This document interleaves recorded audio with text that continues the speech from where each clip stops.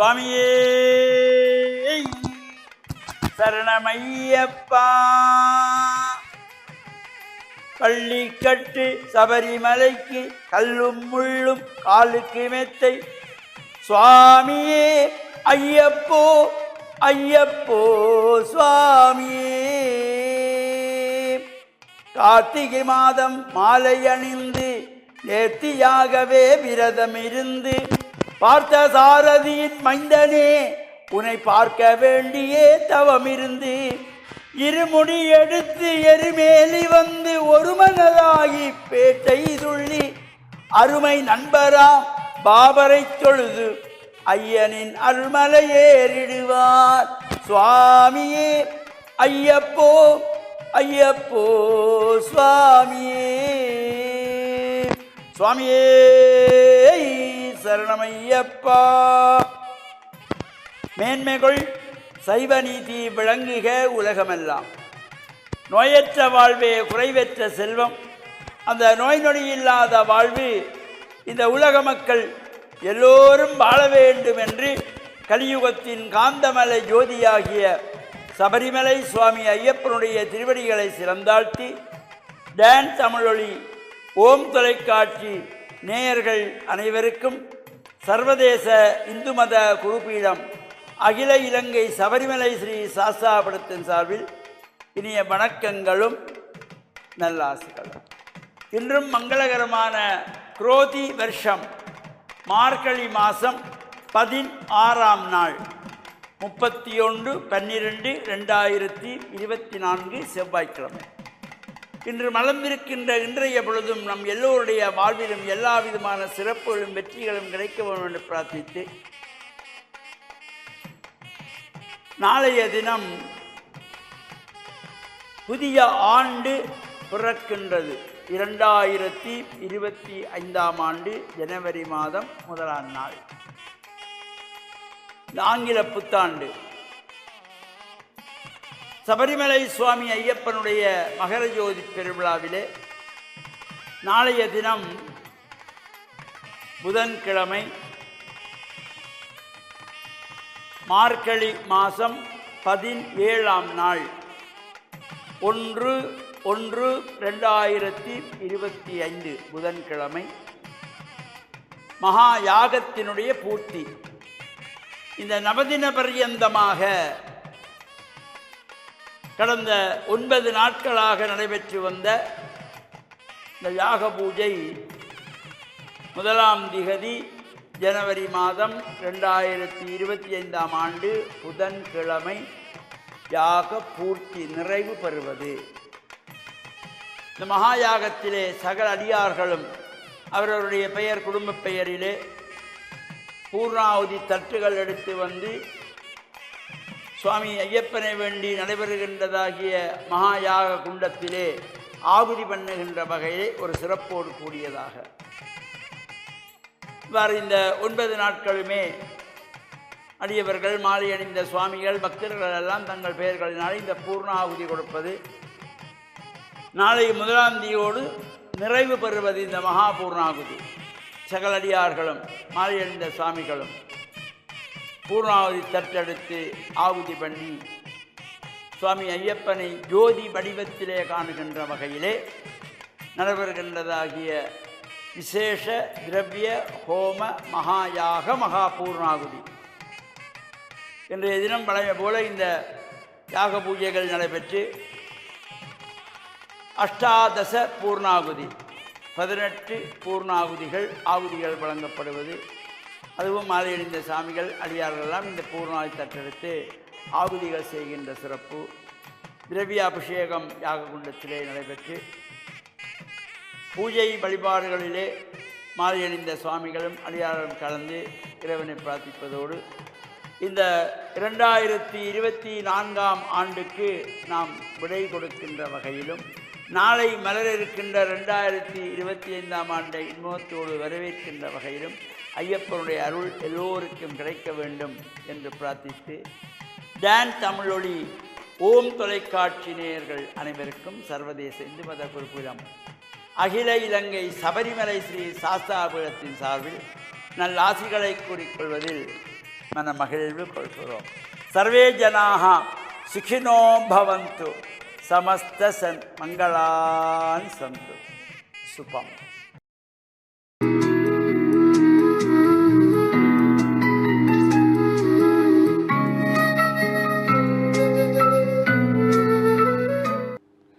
இறை இயேசுவில் என் அன்பு நெஞ்சங்களே, கிறிஸ்தவ நற்சிந்தனை வேளையில் உங்களை சந்திப்பதிலே எனக்கு மிக்க மகிழ்ச்சி. ஆண்டவர் இயேசு கிறிஸ்துவினுடைய பிறப்பின் அன்பும் அமைதியும் அருளும் உங்கள் அனைவரோடும் இருப்பதாக.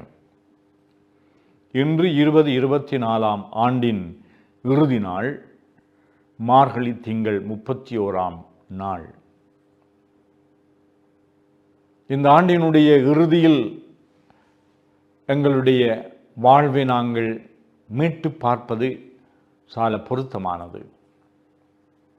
இந்த ஆண்டு பூராக நாங்கள் எப்படி வழிநடந்து வந்திருக்கின்றோம் என்று சிந்திக்கின்ற பொழுது நிச்சயமாக முதல் நாங்கள் ஆண்டவருக்கு நன்றி கூறுவோம். பெற்றுக்கொண்ட ஆசீர்கள், பெற்றுக்கொண்ட வழிநடத்துதல்கள், அனுபவித்த பெரும் புதுமைகள், எங்களுடைய வாழ்வின் திட்டங்கள் எல்லாம் நிறைவேறிய கட்டங்களை நினைவு கூறுகின்ற பொழுது நல்ல நல்ல நிகழ்வுகள் எங்களையும் எங்களை சார்ந்த எங்களுடைய பிள்ளைகள் உறவுகள் மட்டிலே ஏற்பட்டிருக்கின்ற பல்வேறு அருமையான நிகழ்வுகளை அனுபவங்களை மீட்டு பார்க்கின்ற பொழுது கடவுளுக்கு நாங்கள் நன்றி கூற கடமைப்பட்டிருக்கின்றோம். 10 தொழுநோயாளிகள் ஆண்டவர் இயேசுவிடம் தமக்கு விடுதலை பெற வேண்டும், தங்களுடைய நோய் குணமாக வேண்டும் என்று வந்து குணம் பெற்று சென்ற பொழுது ஒருவர் மட்டும், அதுவும் அந்நியர் மட்டும் திரும்பி வந்து ஆண்டவருடைய பாதத்திலே விழுந்து நன்றி கூறினான். ஏனைய 9 பேரும் எங்கே என்று இயேசு கேட்கின்றார். நன்றியுள்ளம் எல்லோருக்கும் பொருத்தமானது. ஆனால் எல்லா வேளைகளிலும் நாங்கள் நன்றி என்று சொல்லக்கூடிய அந்த பண்பை ஏற்றவர்களாக வாழுவதில்லை. வாழ்வு என்று பார்க்கின்ற பொழுது எங்களுடைய வாழ்வின் நிறைவுக்கும் வழிநடத்துதலுக்கும் ஊற்றும் உறைவிடமுமாக விளங்குகின்ற கடவுள்தான் எங்களுடைய தஞ்சம் என்று நாங்கள் ஏற்றுக்கொள்கின்றோம். சோதனைகளை, துன்பங்களை, இழப்புக்களை சந்தித்த இந்த ஆண்டினுடைய அனுபவங்களை பார்க்கின்ற பொழுது ஒருவேளை இறைவனிலே எங்களுடைய நம்பிக்கை தளர்ச்சி அடைந்திருக்கலாம். ஏன் இறைவன் எங்களுக்கு இப்படி செய்கின்றார் என்று ஆண்டவரை நாங்கள் நொந்து கொண்டிருக்கலாம். இந்த கடவுள்தான் எங்கள் ஒவ்வொருவரையும் எல்லா வேளைகளிலும் தலையோடு போக வேண்டியது தலைப்பாவோடு போய்விட்டது என்று சொல்லி துன்ப துயரங்களிலும் இழப்புக்கள் மத்தியிலும் சில நல்ல அனுபவங்களை நாங்கள் பெற்றிருக்கின்றோம் என்று அனுகூல ரீதியாக எங்களுடைய வாழ்க்கையை நாங்கள் பின்னோக்கி பார்க்கின்ற பொழுது பாசிட்டிவ் திங்கிங் என்று சொல்லுவார்கள். எப்பொழுதும் நன்மையை பார்க்கின்ற ஒரு பரந்த விரிந்த மனப்பான்மையோடும் ஆழமான விசுவாச உணர்வோடும் எங்களுடைய இந்த ஆண்டு அனுபவத்தை நாங்கள் பார்ப்போம். கடவுளுக்கு நன்றி கூறுவோம். கடவுளுக்கு நாங்கள் நன்றியுள்ளவர்களாக இருக்கின்ற பொழுது நிச்சயமாக எங்களோடு வாழுகின்ற உடன் பிறப்புகளுக்கும் எங்களுடைய வாழ்விலே கலந்து எங்களை ஏற்றி வைத்து, எங்களுடைய வாழ்விலே விளக்கை ஏற்றி வைத்து, ஒளியை ஏற்றி வைத்து, நம்பிக்கையை ஏற்றி வைத்து, அன்பை ஏற்றி வைத்து, சிறப்பை ஏற்றி வைத்து எங்களை உயர்த்தி வைத்த பலரை எமக்கு நன்மை செய்தவர்கள், எங்களுடைய வாழ்வில் கலந்து எங்களுடைய துன்ப துயரங்களில் ஆறுதலாகவும் திடமாகவும் இருந்தவர்களை, எங்களோடு எப்பொழுதும் உடனிருந்து பயணித்த நல்ல மனிதர்களையும், ஏன் எங்களுக்கு சில பாடங்களை, கசப்பான பாடங்களை கற்றுத்தந்து அவர்கள் எங்களுடைய நண்பர்கள் அல்ல, அல்லது சில வேளைகளிலே அவர்கள் எங்களுடைய எதிரிகளாக துரோகிகளாக இருந்திருக்கலாம். அனைவரையும் நினைந்து நாங்கள் நன்றி உணர்வு கொண்டவர்களாக நன்றி நன்றி என்று நாங்கள் பாடுவோம். இன்றைய நாள் எங்களுடைய வாழ்வில் ஒரு நன்றி தெரிவிக்கின்ற வெளிப்படுத்துகின்ற ஒரு நாளாக நாங்கள் அனுசரிப்போம்.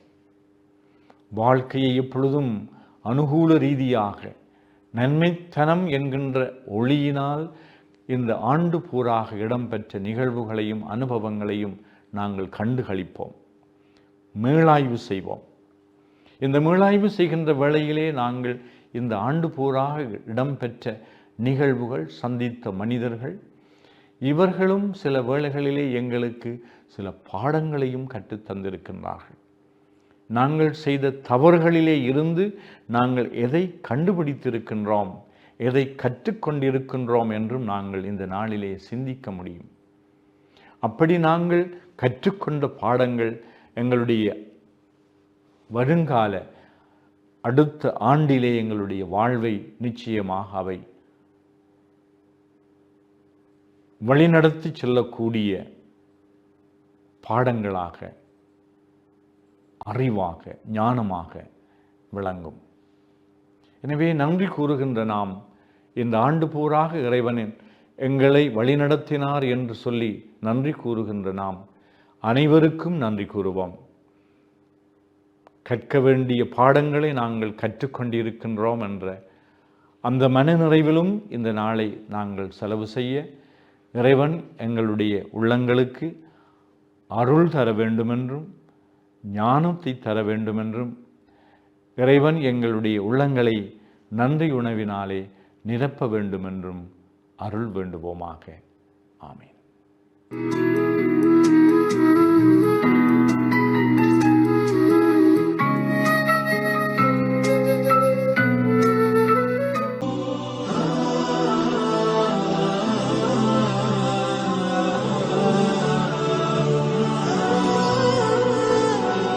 பிஸ்மில்லாஹிர் ரஹ்மானிர் ரஹீம்.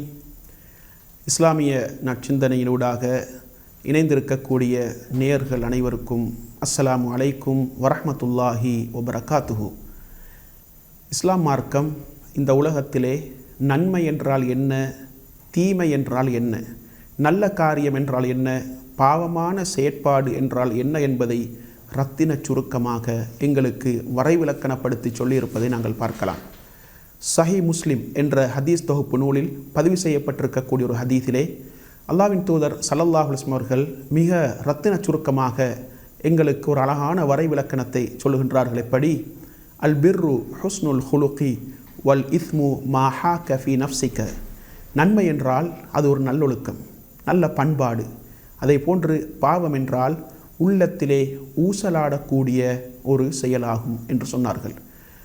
எனவே நன்மை என்பது எங்களுக்கு நன்மையை பெற்றுத்தரக்கூடிய காரியம், அல்லாஹ்விடத்திலே எங்களை நல்லவர்களாக அடையாளப்படுத்தக்கூடிய காரியம், அல்லாஹ்விடத்திலே மறுமை வாழ்க்கையில் சுவனத்தை எங்களுக்கு பெற்றுத்தரக்கூடிய காரியம் எப்பொழுதும் நல்லொழுக்கமாகத்தான் இருக்கும். நல்லொழுக்கத்தை மையப்படுத்தியே இஸ்லாம் தனது சட்டதிட்டங்களை மனித சமூகத்திற்கு அறிமுகப்படுத்தியுள்ளது என்பதை நாம் மிக தெளிவாக புரிந்து கொள்ளலாம். இந்த உலகத்திலே நாங்கள் அல்லாஹ்வுக்கு கட்டுப்பட்டு அவனை திருப்திப்படுத்துவதற்காக, அவனிடத்திலே முழுமையான கூலிகளை பெற்றுக்கொள்வதற்காக செய்யக்கூடிய எந்த வணக்கமாக இருந்தாலும், எந்த இபாதத்தாக இருந்தாலும் அந்த இபாதத்தின் பின்னணியில் ஒரு நல்லொழுக்கம் இருக்கின்றது என்பதை இஸ்லாம் சொல்லுகின்றது. குறிப்பாக சொல்வதாக இருந்தால், தொழுகையை எடுத்துக்கொண்டால் நாங்கள் கட்டாயமாக ஒவ்வொரு நாளும் ஐவேளை தொழுகையை நிலைநாட்ட வேண்டும், நிறைவேற்ற வேண்டும்.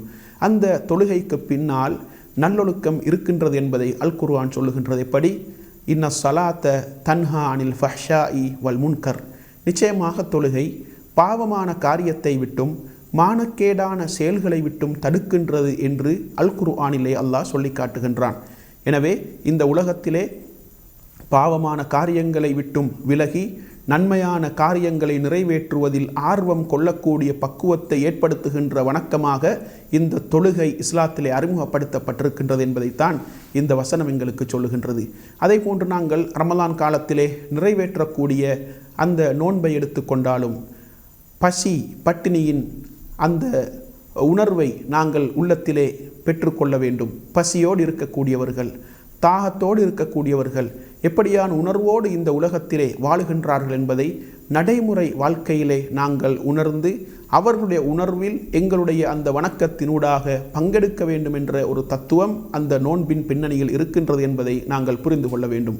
அதே போன்று நாங்கள் நிறைவேற்றக்கூடிய ஜகாத், நாங்கள் கொடுக்கக்கூடிய தர்மங்கள், அதன் பின்னணியில் நாங்கள் அல்லாஹ்வுடைய பாதையிலே செலவு செய்யக்கூடிய அந்த பக்குவத்தையும் பண்பையும் நமக்குள் வளர்த்து கொள்ள வேண்டும் என்ற ஒரு தத்துவம் அந்த வணக்கத்தின் பின்னணியில் இருக்கின்றது. இப்படி இஸ்லாம் சொல்லக்கூடிய ஒவ்வொரு வணக்கத்தையும் நாங்கள் எடுத்துக்கொண்டால் அந்த வணக்கத்தின் பின்னணியிலே நல்லொழுக்கம் இருக்கின்றது. எனவே இந்த உலகத்திலே நல்லொழுக்கமுள்ள சமூகமாக முஸ்லிம் சமூகத்தை மாற்றுவதற்காகத்தான் இஸ்லாம் தனது சட்டதிட்டங்களை தொகுப்பு சட்டங்களை எங்களுக்கு அறிமுகப்படுத்தி இருக்கின்றது என்பதை நாங்கள் புரிந்து கொள்ள வேண்டும். எனவே தான் ரசூலுல்லாஹி ஸல்லல்லாஹு அலைஹி வஸல்லம் அவர்கள் மிக ரத்தின சுருக்கமாக எங்களுக்கு சொன்னார்கள், அல் பிர்ரு ஹுஸ்னுல் ஹுலுக், அதாவது நன்மை என்பது நல்லொழுக்கமாகும். வல் இஸ்மு மா ஹாக ஃபீ நஃப்ஸிக, பாவம் என்பது உள்ளத்திலே ஊசலாடக்கூடியது. ஒரு பாவத்தை செய்கின்ற பொழுது அந்த பாவத்தை மற்றவர்கள் காணக்கூடாது என்ற விடயத்திலே மனிதன் கவனம் செலுத்துகின்றான். இரகசியமாக பாவங்களை செய்ய வேண்டும் என்ற உணர்வு மனித உள்ளத்திலே இருக்கின்றது. அதனால்தான் மற்றவர்களுடைய பார்வையிலிருந்து மறைந்து ஒதுங்கி பாவங்களை செய்கின்ற பலவீனம் மனிதனிடத்திலே இருக்கின்றது. இதனைத்தான் நபி அவர்கள் ரத்தின சுருக்கமாக இப்படி சொன்னார்கள், வல் இஸ்மு மா ஹாக ஃபீ நஃப்ஸிக, பாவம் என்பது உள்ளத்திலே ஊசலாடக்கூடியது. மற்றவர்கள் அதை பார்க்கக்கூடாது, மற்றவர்கள் அதை அறிந்து கொள்ளக்கூடாது, மற்றவர்களுக்கு தெரியாமல் செய்ய வேண்டும் என்பதற்காக வேண்டி மனிதன் அதற்கேற்றாற்போல தன்னை மறைத்து அந்த பாவங்களை செய்கின்ற பலவீனத்தோடு உலகத்திலே வாழ்ந்து கொண்டிருக்கின்றான். எனவே ஒரு காரியத்தை அது நல்ல காரியமா தீய காரியமா என்று நாங்கள் எடை போடுவதற்குரிய அளவுகோலாகத்தான் இந்த ஹதீஸை ரசூலுல்லாஹி ஸல்லல்லாஹு அலைஹி வஸல்லம் அவர்கள் நமக்கு கற்றுத்தந்தார்கள்.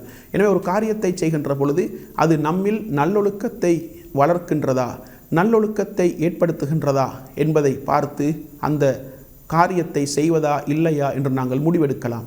அதே போன்று ஒரு பாவத்தை செய்கின்ற பொழுது உள்ளத்திலே ஊசலாட்டம் ஏற்படுகின்றது, மனிதர்கள் அதை பார்க்கக்கூடாது, மனிதர்களுக்கு அந்த பாவம் தெரிய வரக்கூடாது, இப்படியான செயல்களை நான் செய்யக்கூடியவன் என்று மனிதர்கள் அறிந்து கொள்ளக்கூடாது என்று நாங்கள் திட்டமிட்டு மறைத்து அந்த காரியத்தை செய்கின்றோமா, அது நிச்சயமாக பாவமான காரியம். அப்படியான காரியங்களை நாங்கள் செய்யக்கூடாது. எனவே இஸ்லாத்திலே நல்ல காரியம் என்று எங்களுக்கு சொல்லப்பட்டிருக்கக்கூடிய காரியங்கள் அனைத்தும் நிச்சயமாக மறுமையில் சுவர்க்கம் என்ற இலக்கை நமக்கு பெற்றுத்தரக்கூடிய காரியங்கள். அதே போன்று பாவமான காரியங்கள், செய்யக்கூடாத செயல்கள் என்று இஸ்லாம் என்னென்ன காரியங்களை எங்களுக்கு அறிமுகப்படுத்தி இருக்கின்றதோ அந்த காரியங்களை செய்வதன் மூலம் எங்களுடைய மறுமை வாழ்க்கை, மரணமே அற்ற அந்த நீண்ட பயணம் நிச்சயமாக எங்களுக்கு அசௌகரியமானதாக இருக்கும். எனவே அப்படியான பாவமான காரியங்களை நாங்கள் செய்யக்கூடாது. உலகத்திலே வாழுகின்ற காலத்திலே எங்களுக்கு பல கஷ்டங்கள், பல இன்னல்கள், நெருக்கடிகள், பொருளாதார சிக்கல்கள் கூட ஏற்படலாம். அந்த நேரங்களிலெல்லாம் நல்லொழுக்கங்களை நாங்கள் விட்டு கொடுக்காமல் வணக்க வழிபாடுகளை நிறைவேற்றி அந்த இபாதத்துக்களின் ஊடாக அல்லாஹ்வை நெருங்கி நன்மையை அவனிடத்திலே பெற்று மறுமையில் சுவன இலக்கை அடைய வேண்டும். அதே போன்று பாவமான காரியங்களை நாங்கள் இந்த உலகத்தில் செய்து எங்களுடைய மறுமை வாழ்க்கையை நாங்கள் கலங்கப்படுத்தி கொள்ளக்கூடாது. பக்குவமாக இந்த உலகத்திலே வாழ்ந்து பக்குவமான முறையிலே மறுமை வாழ்க்கையில் சுவர்க்கத்தை அடைவதற்கு நாங்கள் முயற்சிக்க வேண்டும். அதே போன்று இந்த உலகத்திலே ஏனைய மனிதர்களோடு நாங்கள் நல்ல பண்பாடுகளோடு வாழ வேண்டும். அதே போன்று மிருகங்களோடு கூட நல்ல பண்பாடுகளை கடைபிடித்து நல்ல ஒழுக்கமாக நாங்கள் நடந்து கொள்ள வேண்டும் என்றெல்லாம் இஸ்லாம் எங்களுக்கு வழிகாட்டுகின்றது. ஜீவகாருண்யத்தை கூட இந்த மார்க்கம் எங்களுக்கு தெளிவாக கற்றுத்தருகின்றது. அந்த வகையில் இந்த உலகத்திலே நாங்கள் முஸ்லிம்களாக இருக்கலாம், முஸ்லிம் அல்லாதவர்களாக இருக்கலாம், எல்லோருடனும் நல்ல ஒழுக்கங்களை கடைபிடித்து நன்மையை பெற்றுக்கொள்ள வேண்டும். அதே போன்று பாவமான காரியங்கள், மனிதனுடைய உள்ளத்தை புண்படுத்துகின்ற, மிருகங்களை கூட புண்படுத்துகின்ற காரியங்களை செய்யாமல் நாங்கள் அந்த பாவமான காரியங்களை விட்டும் தவிர்ந்து நல்லொழுக்கங்களை கடைபிடித்து ஆன்மீக வாழ்க்கையில் பயணித்து மறுமையில் சுவர்க்கம் என்ற இலக்கை அடைவதற்கு அல்லாஹு தஆலா நம் அனைவருக்கும் துணை புரிவானாக. வ ஆகிரு தஅவானா அனில் ஹம்துலில்லாஹி ரப்பில் ஆலமீன்.